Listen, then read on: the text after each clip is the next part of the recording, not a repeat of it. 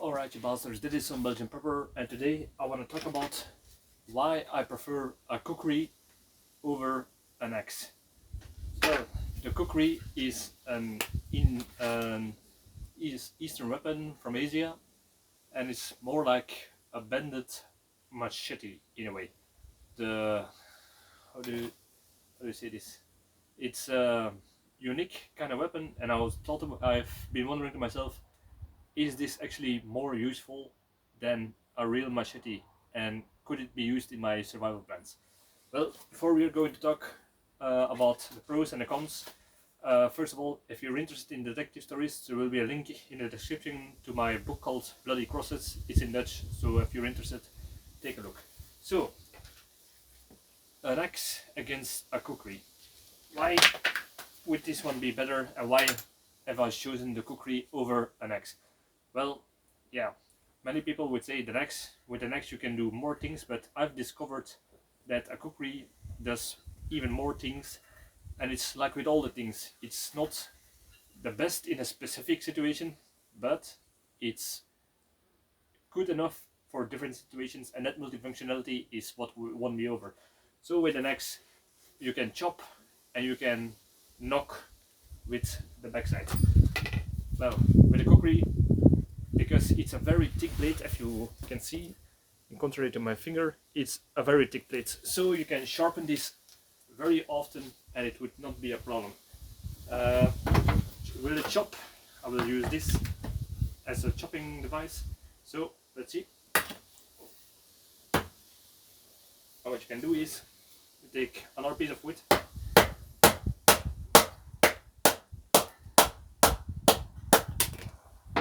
and there we go.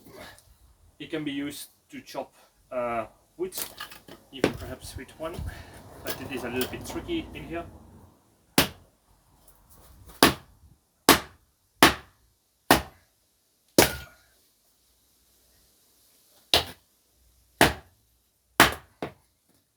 And as you can see, the wood is splitted to this part, because it's a little bit annoying to do this in front of the camera, but yeah, as you can see, it has no problem to chop wood, whether it's by chopping it and using its own weight, or using another piece of metal, because this side is thick and also flat. So like you saw, you can use it to knock it deeper to chop wood. But what it's not really good at is, if you are going to, I don't know if you can see this with the camera, I'll put it a little bit lower, see that it's not hot. If you're going to chop woods like this, you have to do it the same way as an axe, by making angled chopping motions to chop bigger pieces of wood. Oh. Yeah, that is not the safest thing, but it's more for showing you.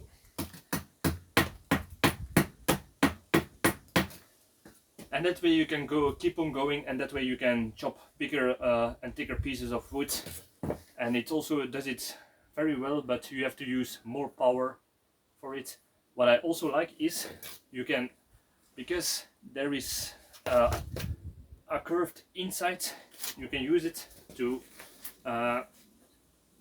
skin animal hide and scrape it, or you can scrape to get to tinder, or to get inside of wood this way. And that way you can also perhaps build shelter, as you can see. So that's very handy that you can use both hands with a curved piece of metal, and also you have much more metal to use. So if you by accident smack this to the ground, because if you have in the woods it's not really a problem, but if you knock on some wood here on like here on stone or rocky terrain, or perhaps the mountains, and you smack, what I always have a little problems with it is if you miss a little bit in the front or in the back, this will be more going lower, and there is a chance that you will hit this on a hard surface. So that's a little bit annoying, but for what you have from it from benefit, it's quite alright in my opinion.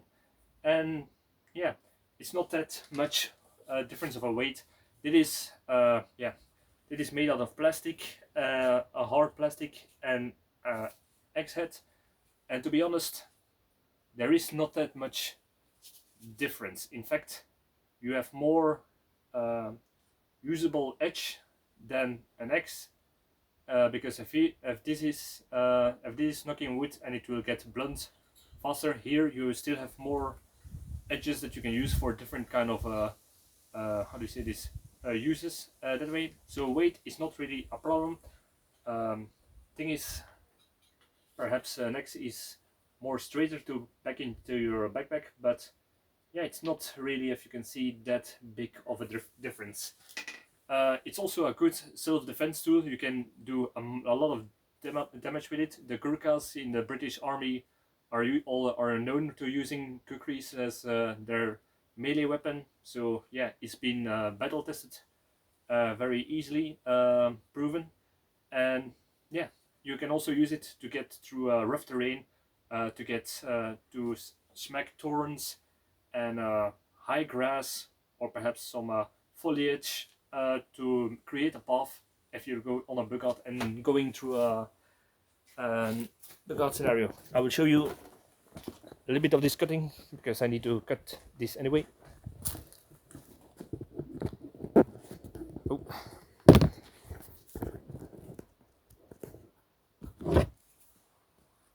You always have to be careful if you're going to cut that you are not cutting in your own hand, so always keep your second hand a little bit back. So imagine this is a person or perhaps some foliage through the thick forest.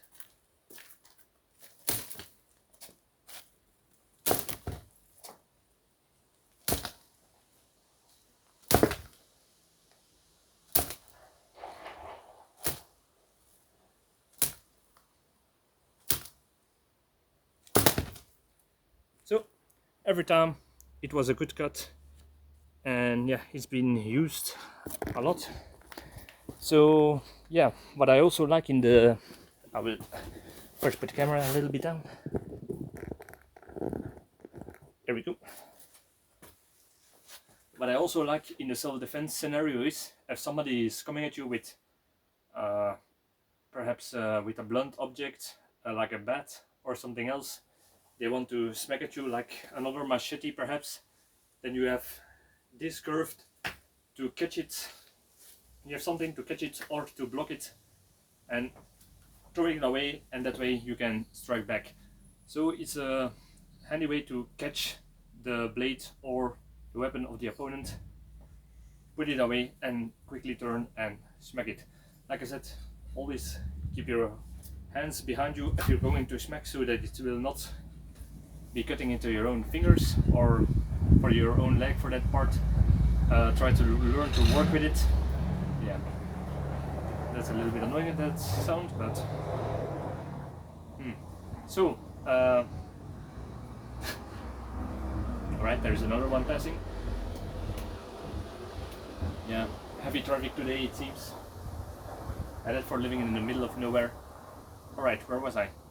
Alright, and the reason why I like this more than a regular machete is because of the curved. So I choose this over a machete and an axe because it's two things together, and that multifunctionality is the reason why I put this in my bug out bag from now on. And if you admit it, if you are a desperate person or a criminal and you are during a disaster or an evacuation, you're trying to steal something from someone, if somebody is holding this in front of you, you will know that shit is real, in contrary to a person with just a kitchen knife or perhaps even an axe. So yeah, I would be more afraid of somebody using this against me because not many people know it, or they learn to work with this. So people that know how to use this, they are a little bit scary, but not me. So another thing you can do with it is during self-defense, a stabbing motion and go back. The point is not that sharp because there is a flat side on the offside, but if you make this sharp enough, you have more reach, to use either this bit of part of the edge or a stabbing motion to get get more distance and range in a melee fight, and to hit the hands of the opponent and to incapacitate them that way. And for price, it's I would say it's a good price for what you get, especially for all the multifunctional things. And also try to get one out of good metal, because there are a lot of knockoffs on the market. So be aware with what kind of steel it's made, that it's not too when it's too sharp, it can be too brittle. If it's made out of some alloys to make it more flexible, yeah, then it will get blunt very easily or will not be that sharp. So you have to find a good something in balance with steel. Always take care of it.